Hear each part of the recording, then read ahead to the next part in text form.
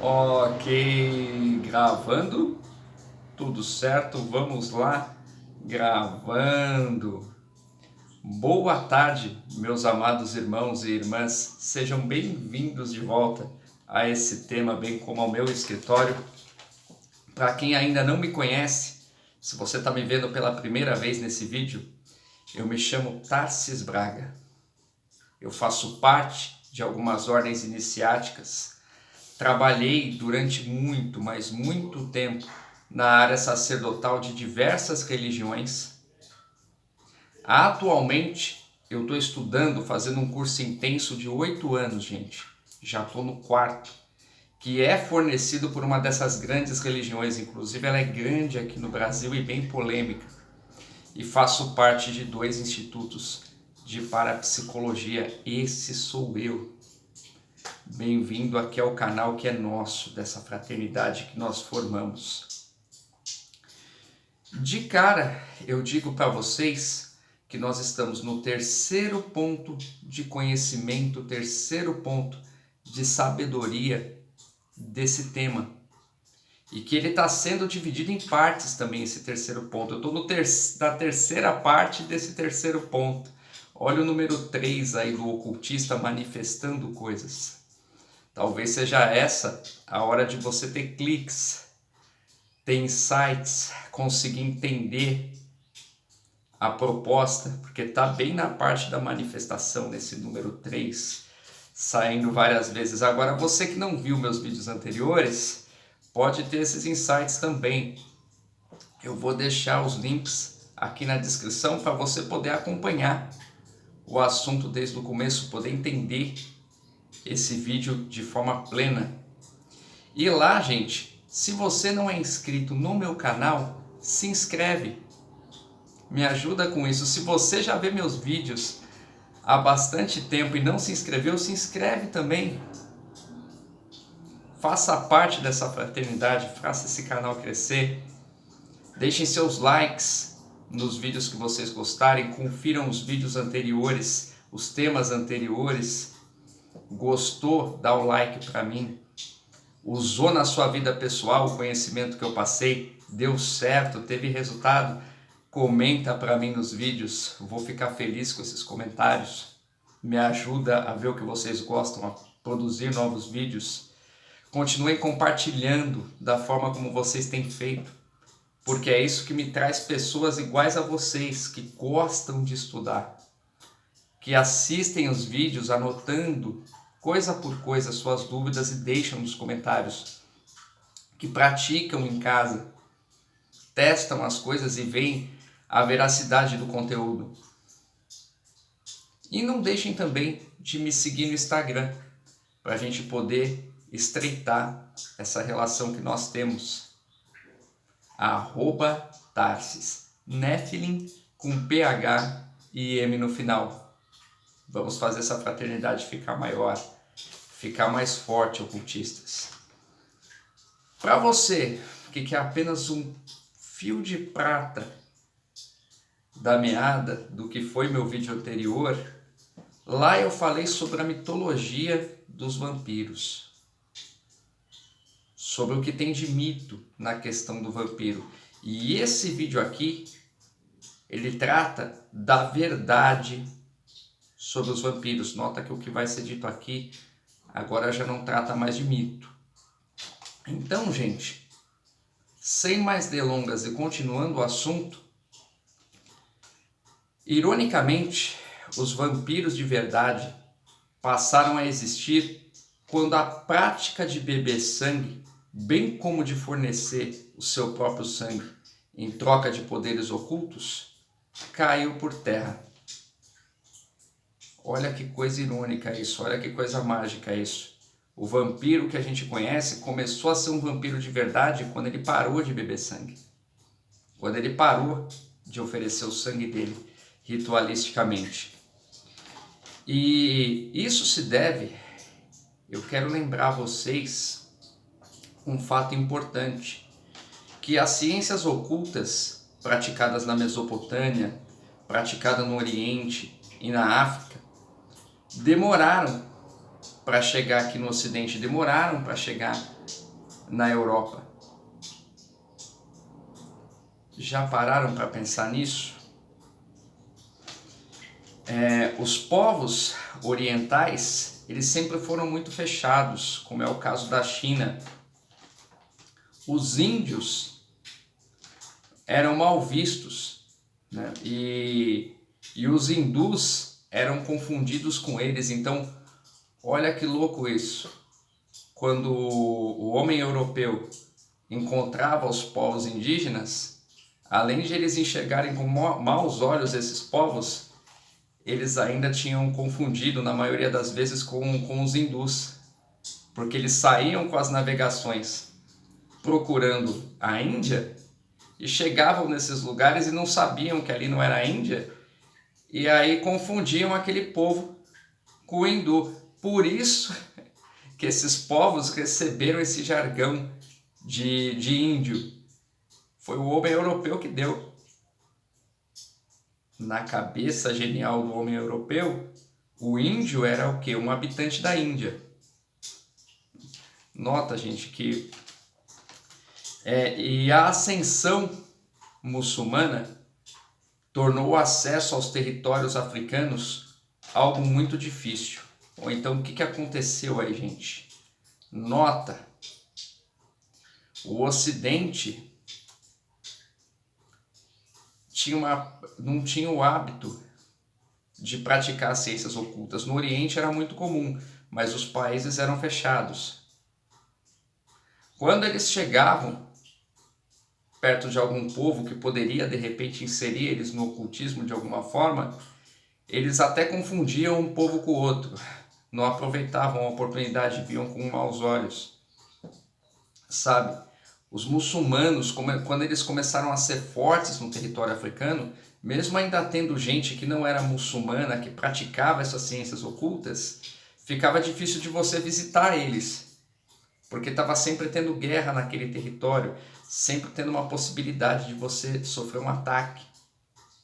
Entende a questão? E isso dificultava desses conhecimentos chegarem para o Ocidente, chegarem para o homem europeu. Então, gente, outra curiosidade que eu quero levantar para vocês, nesse ponto de sabedoria, nesse ponto de conhecimento, é o quê?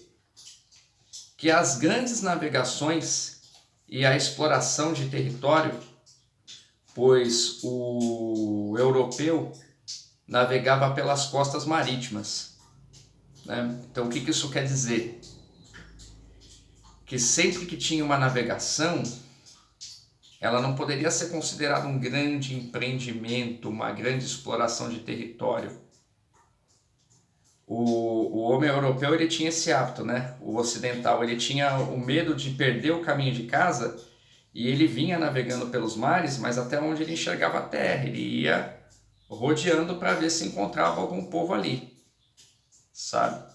Esse era o empreendimento. Agora, as grandes navegações, ou seja, o hábito de arriscar ir para mais longe, né? Foram empreendidos com mais intensidade a partir de meados do século XV. O que se deu ali por volta de 1450. Eu quero lembrar a vocês que foi nesse período que foi descoberta as Américas. Lembra disso?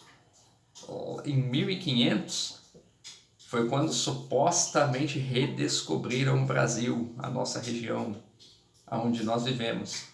Já pararam para pensar? Nota essa diferença? Que aí a navegação passou a ser um grande empreendimento. Eu deixei de rodear o meu próprio continente para me arriscar em águas mais distantes, ver se tinha território ali. E muitos, gente, como eu falei, destruíam o conhecimento. Nesse ponto, eu trago a analogia entre o Império Romano e o povo espanhol. Na época do Império Romano, se vocês estudarem história, vocês vão perceber, e antropologia, aliás, o que vocês vão perceber? Que o romano, ele tinha o hábito de agregar conhecimento. Era muito raro o Império Romano chegar num lugar com o intuito de destruir todo mundo que está ali. Era muito raro um romano chegar num lugar com o intuito de transformar todo mundo que está ali em um romano igual a ele. O romano ele tinha o hábito de chegar lá e te conquistar, falar, olha, a partir de hoje esse território é meu, me paga tributo, vai ter o meu povo morando aqui, o meu povo mandando em algumas coisas, mas o que acontece? Eu não vou interferir no sistema cultural de vocês. Pelo contrário, o romano ele tinha o hábito de querer ver os livros, de querer absorver a cultura dos templos, de aprender. E assim o romano ia formando grandes bibliotecas, como foi o caso de Alexandria. O romano cada vez aumentava seu conhecimento cultural. Nota que teve uma época do Império Romano que todo mundo usava o sol de Mitra, aqueles deus persa. A coisa foi mudando, o romano já começou a se valer de deuses, como acontecia com os gregos, com os egípcios. Mais para frente, o romano, quando governou Jerusalém, absorveu até a cultura do povo hebreu. Nota que é graças ao Império Romano, a Igreja Católica Romana, a Apostólica Romana, que a Bíblia sobreviveu, que esse conhecimento acabou vivendo até os dias de hoje. Vejam, eles sempre agregando, montaram o Vaticano, sempre juntando conhecimento. E o espanhol? O espanhol, gente, e não é uma crítica, eu quero que vocês vejam a importância que teve os atos. O espanhol chegou na América,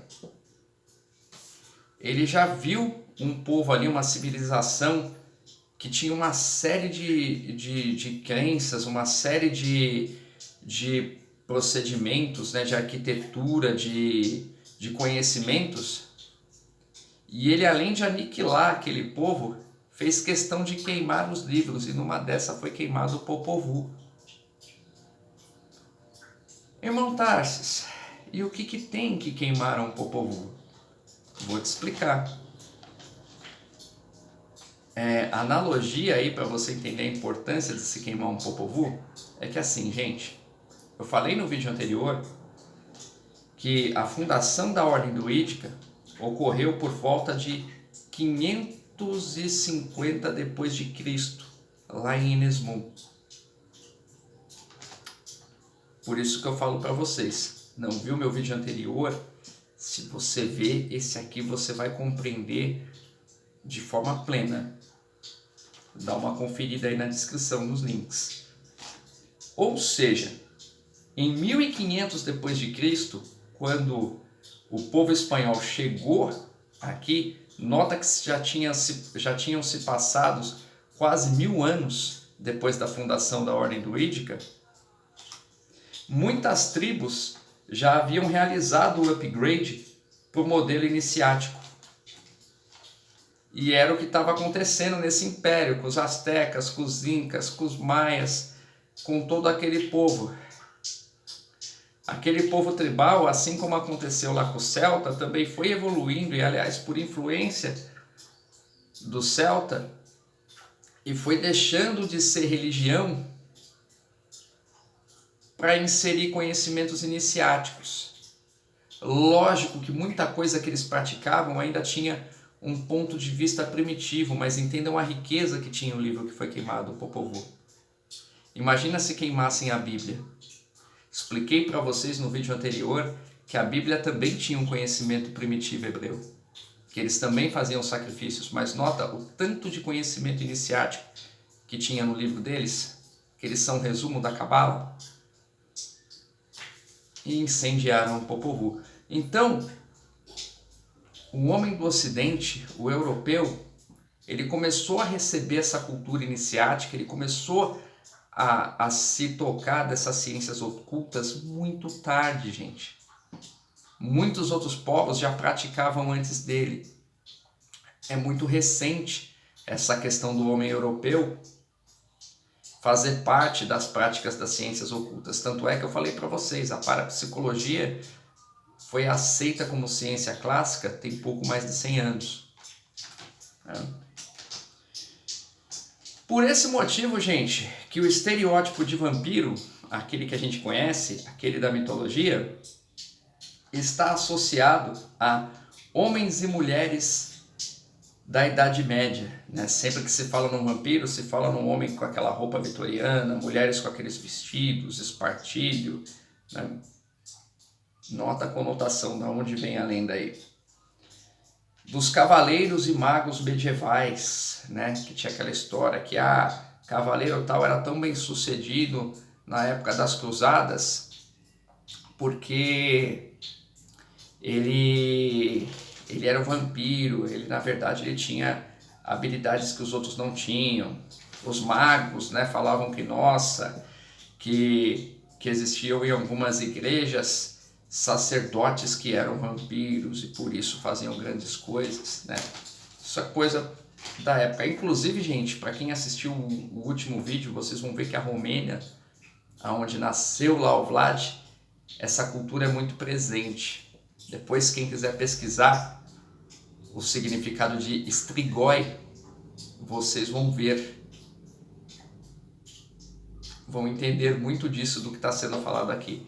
Inclusive, não quiser pesquisar, quiser que o irmão Tarsis faça uma série de vídeos para vocês com o tema Strigoi, comenta aí que eu trago também, sem problema nenhum, tudo bem? Então o que acontece? Esse mito, né, essa visão que nós temos dos vampiros veio daí, da época em que se bebia sangue. Mas novamente houve uma evolução, gente. Quem acompanhar essa série de vídeos vai ver que o mal foi evoluindo, né? Do canibalismo para o sacrifício, do sacrifício eu paro de sacrificar, começo a tomar sangue e oferecer sangue, e daí houve outro upgrade, outra evolução. E notem que eu sempre falo para vocês que o mal também evolui, né, gente? Então os adeptos dessa prática medieval, né, ou seja, beber sangue, eles descobriram que assim como ocorria nos sacrifícios ritualísticos, nas suas práticas o sangue era o que menos importava. Lembra, quem assistiu os vídeos anteriores vai saber. Está atrelado ao quê? Que o segredo estava no aumento da frequência vibratória, que era resultado da concentração e das vibrações para manifestar fenômenos na matéria durante os rituais. Então assim, o que aconteceu, gente? Quando as ciências ocultas chegou no Ocidente, esses bebedores de sangue, eles se deram conta do quê? Que o sangue que eles estavam bebendo em si não era o que estava oferecendo para eles capacidades, faculdades cósmicas. Que o fato de eles doarem o próprio sangue nas ritualísticas também não concedia para eles faculdades cósmicas, mas sim que na hora de fazer aqueles rituais complexos, de beber o sangue, né? Para quem acompanha nos filmes, tem todo um cortejo, toda uma prática, né? Para realizar aqueles rituais, e vai lá e se corta, havia uma concentração, havia uma vibração em prol de manifestar um fenômeno, havia uma programação mental para manifestar um fenômeno, uma faculdade cósmica na matéria. E isso funcionava. Não o ritual em si, não os atos em si. E esses antigos vampiros começaram a entender isto. Sendo assim, os estudos que vinham cada vez mais do Oriente, né? Quando o hinduísmo, de repente, os hindus começaram a serem descobertos e as suas práticas quando a Índia realmente não foi confundido, o povo foi encontrado como país e perceberam tudo que eles praticavam, né? Que não eram os índios, eram os hindus. Os budistas começaram a se espalhar, sabe? Bem como começou a ficar melhor de você conhecer um lugar, conhecer uma outra cultura. Nós sabemos aí que tem grandes iniciados, por exemplo, Helena Blavatsky, na teosofia, teve o prazer de estudar no Tibete entre os monges, na biblioteca deles lá. Então, olha, já estava mais fácil, o acesso ainda era difícil, mas mais fácil do que foi em outras épocas. Os estudos fizeram esses antigos vampiros se dar conta da existência da áurea, bem como do conceito de atmosfera cósmica. O que é atmosfera cósmica, gente? Eu expliquei, inclusive, isto nos primeiros vídeos que eu gravei para esse canal. Eu vou deixar os links aqui para vocês conferirem. No primeiro tema que eu gravei para esse canal, eu expliquei bastante sobre isso. Que o nosso corpo cósmico, ele tem a aura, né? Que é aquele campo de energia que fica em volta dele, né? Nós, aliás, somos muito similares ao Sol na nossa aparência cósmica, né? É um centro brilhante e aquela aura em volta. E aí o que acontece, gente? Tudo que a gente vibra vai carregado de energias boas ou ruins. E lógico, essas vibrações, no momento dessa saída que elas têm no nosso corpo cósmico e físico, elas são mais intensas. Então, essas primeiras impressões que nós tivemos, elas ficam direto na nossa áurea, influenciando até na cor da áurea. Tem outro vídeo também que eu gravei dizendo o que são as cores que eu vejo, posso deixar aí na descrição para vocês. Sabe, tem um falando sobre o sono, onde eu digo que aquilo que você vibra pela maior quantidade de tempo durante o seu dia é o que vai definir aleatoriamente a egrégora que você vai estar durante o sono, desdobrado. Então vocês podem conferir, tem essa importância de se assistir os vídeos anteriores. E eles descobriram isso, gente. Que essas principais impressões ficam bastante impregnadas na aura.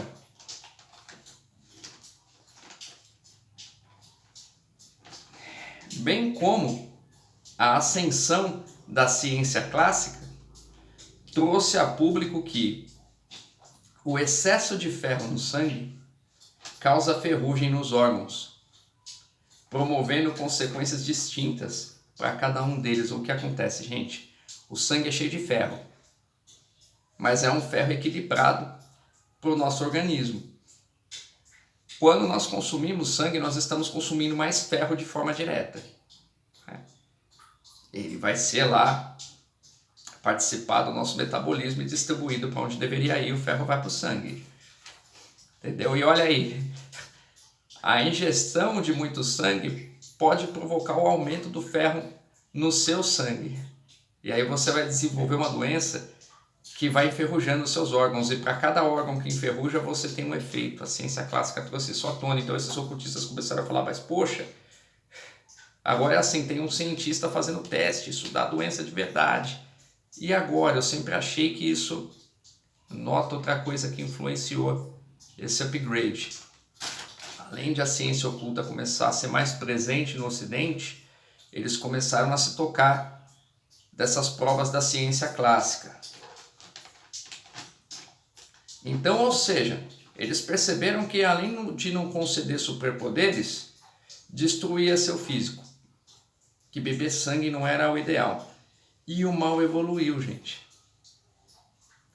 Pois eles descobriram que era possível se beneficiar das boas energias carregadas por ondas vibratórias, vibradas por outros seres.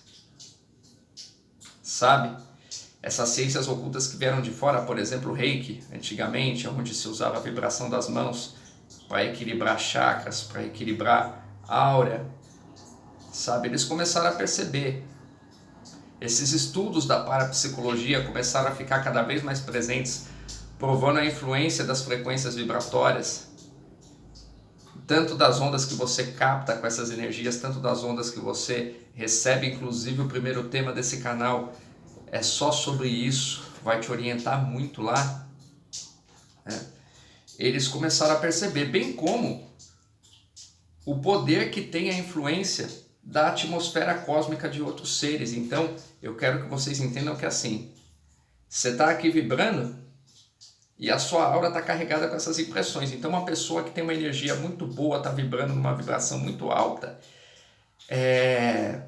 ela está carregada de coisa boa, ela formou uma atmosfera em volta dela só de energia boa. E quando eu entro com a minha aura dentro dessa aura da pessoa, ficando perto dela, as duas se entrelaçam.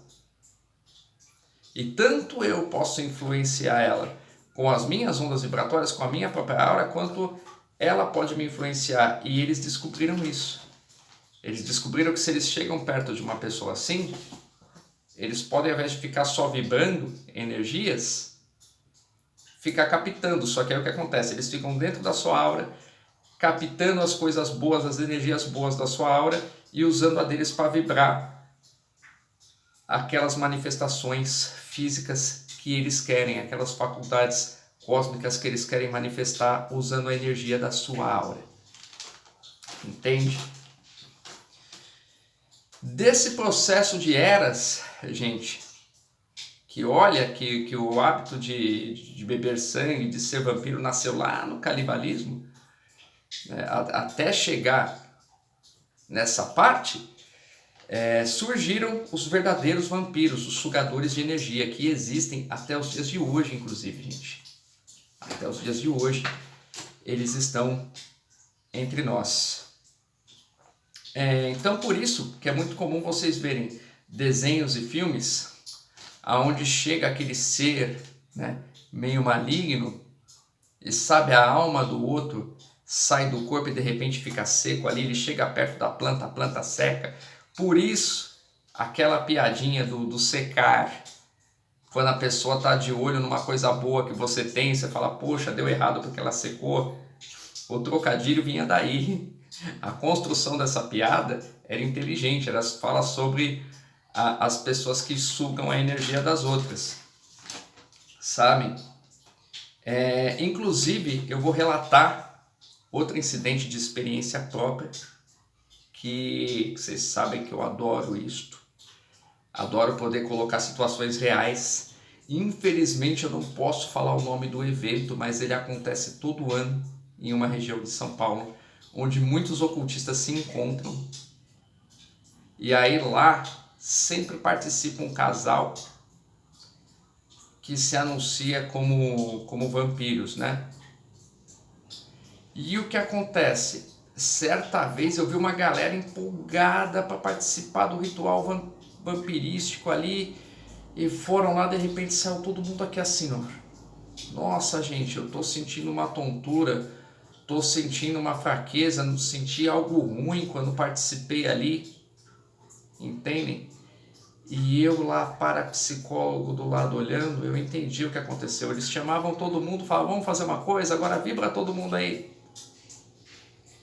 Pronto, mostramos para vocês o que é vampirismo. Sugamos a energia de todos vocês com o consentimento de vocês. Parabéns, vocês conhecem o vampiro. Obrigado, nós vamos pro próximo. Assim, gente, e funciona, tá? Aliás, vocês sabem que funcionam, todo mundo já passou por situações parecidas. Durante os pontos de sabedoria desse vídeo, eu vou descrever com mais precisão e vocês vão se encontrar mais. Mas agora nós sabemos que os verdadeiros vampiros existem e quem são. Então, gente, não se esqueça de se inscrever no canal. Não se esqueça de ver os vídeos anteriores, de deixar seus likes quando o material for bom para você, você conseguir pôr em prática, aprender coisas novas, de comentar isso para a gente no canal. compartilhar para que eu possa ter mais pessoas que, iguais a vocês, gostam de estudar, gostam desse conteúdo, que são seres de verdade, que vão assistir, que vão comentar, que querem saber, que tem essa sede de conhecimento. E me sigam no Instagram, @TarcísNeflin, com PH e M no final. Eu acho que pelo horário não dá para eu postar o próximo vídeo no dia de hoje. Então, gente, paramos na terceira parte, no terceiro ponto de conhecimento, no terceiro ponto de sabedoria.